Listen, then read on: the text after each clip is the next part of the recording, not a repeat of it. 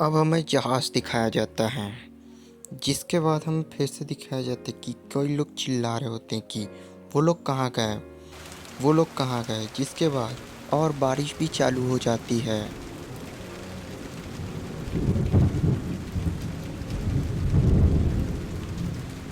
और कुछ लोगों की भागने की आवाज़ भी आ रही होती है।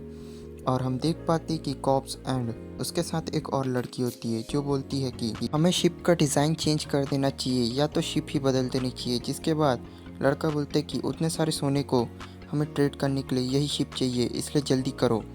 और वो लोग भागते रहते हैं।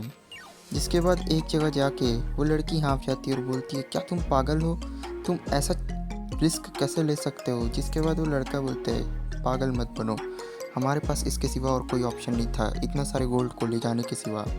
इसके बाद लड़की बोलती है, नो चांस, तुम्हारे पास दिमाग बिल्कुल नहीं है। और ब्रिटिश ऑफिसर्स उन्हें खोज रहे होते हैं। जिसके बाद लड़का वो लड़की से बोलता है, चलो अब भागो। एंड उसके बाद वो सीटी बजाती है जिससे उसके बाकी आदमी लोग भी आगाह और सचेत हो जाते हैं। एंड ब्रिटिश आर्मी उसके पीछे पड़ी होती है। जिसके बाद वो लोग जहाज़ के ऊपर जल्दी जल्दी चढ़ रहे होते हैं। एंड उसका आदमी बोलता है कि जल्दी चलो। जिसके बाद वो लड़का बोलता है कि शिप बहुत ही हैवी है, इसलिए हमें इसे स्टार्ट करने में टाइम लगेगा, इसलिए जल्दी करो और सारा चीज़ लेके यहाँ से भागो। जिसके बाद वो लोग काम पे लग जाते हैं और शिप का पर्दा नीचे गिराने लगते हैं। और वो लड़की बोलती है कि मेरी मदद भी करो, मैं एक लड़की हूँ, कमज़ोर हूँ और मैं अकेले नहीं कर सकती। जिसके बाद वो लोग देखते हैं कि ब्रिटिश आर्मी उनके करीब आ ही रही होती है। और लड़का बोलता है कि डरने की बात नहीं है क्योंकि मैं तुम्हारे साथ हूँ, हम पकड़ाएंगे नहीं, जल्दी चलो। जिसके बाद वो बोलता है, मुझे इसी का तो इंतज़ार था, हैंड टू हैंड कॉम्बैट का। एंड वहाँ शिप स्टार्ट हो जाती है एंड बारिश की आवाज़ के साथ दोनों शिप्स आपस में टकराने लगती है। जिसके बाद ब्रिटिश आर्मी भी उस शिप में आ जाती है। एंड वो बोलता है कि तुम्हें क्या लगा था तुम लोग यहाँ से सारा गोल्ड लेके निकल जाओगे और हमारी नाक के नीचे से और हमें पता भी नहीं चलेगा। इसके बाद लड़का बोलता है कि तुम क्या बोल रहे हो, मुझे कुछ सुनाई नहीं दे रहा है, समझे, और तुम अब मेरे इलाके में हो, इसलिए अब तुम मर के ही जाओगे और ये शिप मेरी है तो मैं इसका पायलट और कैप्टन हूँ। इसके बाद ब्रिटिश आर्मी का ऑफिसर बोलता, क्या बोला तुमने। एंड उन लोग के बीच अब एक बहुत बड़ी जंग होने वाली थी। जिसके बाद लड़का अपनी तलवार निकाल लेता है। तभी वहाँ अंदर से वहाँ की क्वीन आने लगती है, जिसे देख के वहाँ के लोग बोलते हैं, क्वीन आप यहाँ। एंड क्वीन के ऊपर दो लड़कियाँ छाता और उसका पीछे का लिबास संभालते हुए चलती है। एंड क्वीन बोलती है स्टाइल से, गुड इवनिंग आप सभी को। जिसके बाद ब्रिटिश आर्मी का ऑफिसर देख के बोलता है, ओह माय गॉड, क्या क्वीन है। जिसके बाद सभी सभी लोगों से क्वीन सॉरी बोलती है कि मैं इतने रात को तुमसे मिलने आ रही हूँ। जिसके बाद सभी लोग क्वेश्चन मार्क में बोलते हैं, अभी तो इसने गुड इवनिंग बोला था, अभी रात हो गई। जिसके बाद वो बोलती है, क्या मैंने कुछ गलत बोला। एंड सब लोग बोलते हैं, नहीं नहीं मैडम, आपने कुछ गलत नहीं बोला। एंड वो बोलती है, ठीक है तो तुम इधर आओ। एंड वो कॉप्स की तरफ बोल रही होती है और कॉप्स बोलता है, ये कितनी रूड है और मुझे तो ये वैम्पायर लगती है। जिसके बाद वो बोलता है, तुम्हें क्या लगता है मैं तुम्हारे हाथ आ जाऊँगा। लेकिन ब्रिटिश आर्मी ज़्यादा होने के कारण वो लोग हार जाते हैं।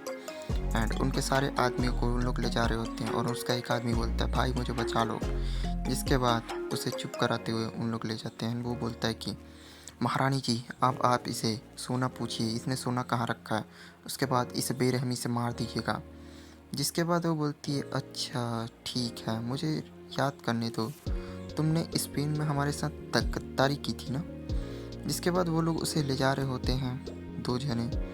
एंड वो उसे देख के पता नहीं एक अजीब सी स्माइल देता है और बोलता है कि ये ख़त्म नहीं हुआ। इसके बाद वो ब्रिटिश आर्मी का ऑफिसर बोलता है कि ये सब ख़त्म हो चुका, अब तुम हार गए हो। जिसके बाद रानी को याद आ रहा होता है कि हमारा आधा सोना तो स्पेन जा चुका है ना, और इस सब के पीछे शायद तुम्हारा ही हाथ है। जिसके बाद सभी लोग हैरानी से उसकी तरफ देख रहे होते हैं और बोलते हैं कि आप क्वीन की इंग्लैंड के साथ तुम धोखा करने की सोच रहे हो और तुम स्पेन के साथ साथ मिला चुके हो। जिसके बाद वहाँ से कुछ चीज़ों की आवाज़ आती है और बोलती है कि शायद ये मेरी गलती है, मैं पागल होते जा रही हूँ और मैं सही हूँ तो तुम ही स्पेन सोना। जिसके बाद वो बोलती है, बताता है आदमी कि इसने वो सारा सोना स्पेन पहुँचाया महारानी, मैंने आपके साथ गद्दारी नहीं की है। जिसके बाद महारानी बोलती है कि अच्छा ठीक है, मैं समझ गई। एंड वो साइड वाले से तलवार निकाल लेती है एंड उस लड़के के गले के पास रख देती है। जिसके बाद हम देख पाते हैं महारानी पूछती है क्या तुम्हारी कोई आखिरी ख्वाहिश है। जिसके बाद वो लड़का बोलता है क्या बोला, मुझे सुनाई नहीं दिया तुमने। जिसके बाद वो आर्मी ऑफिसर हंस ही रहा होता है और बोलता है वहाँ से एक बिजली की आवाज़ आती है एंड वो पूछती है कि आखिरी इच्छा बता दो, इस अंधेरी रात में तुमने हमारे 3 लाख पाउंड्स को कहाँ किया और साथ ही साथ हमारे सारे गोल्ड को भी। आर्मी ऑफिसर चिल्ला रहा होता है मार दीजिए महारानी इसे, आज ही इसका सारा चीज़ ख़त्म कीजिए, इसने स्पेन के साथ हाथ मिलाया है। जिसके बाद वो बोलती है ठीक है एंड वो उस आर्मी ऑफिसर को ही मार देती है। जिसके बाद वो बोलती है कि जो भी मेरे साथ गद्दारी करेगा उसका यही हाल होगा। जिसके बाद वो लड़का भी शॉक्ड हो जाता है कि ये इसने क्यों मारा एंड वो सब जानता था क्योंकि ये सब उसी का प्लान किया गया था।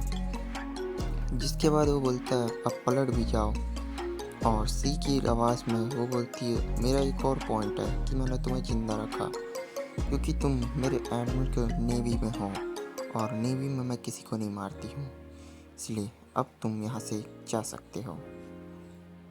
जिसके बाद वो उसे स्माइल करते हुए देखती है और लड़का समझ जाता है कि ये भी अपने ही साथ है और क्योंकि वो उसका प्लान शुरू से ही जानती रहती है इसलिए वो कहती है कि अपने कंट्री में चले जाओ और यहाँ दोबारा मत आना और अपने राजा से भी कह देना कि मैं यहाँ इंग्लैंड की महारानी अपना सारा सोना वापस लेने ज़रूर आऊँगी। एंड उसका नाम एलिजाबेथ रहता है। अब हमें उसका फ्लैशबैक दिखाया जाता है जो कि पहले एक प्रिंस फ्रांस के प्रिंस से शादी करने वाली होती है। जस्ट उन दोनों का बहुत ही ज़्यादा गहरा प्यार रहता है और वो दोनों बचपन से ही प्यार किए रहते हैं। करीब 4 मंथ के अंदर उन दोनों की शादी होने वाली रहती है एंड ये सब देखते ही वो एक एलिजाबेथ का होने वाला प्रिंस जाग उठता है एंड वो एक बोलता है कि ये सब शायद एक बुरा सपना था जो कि मैं देख रहा था।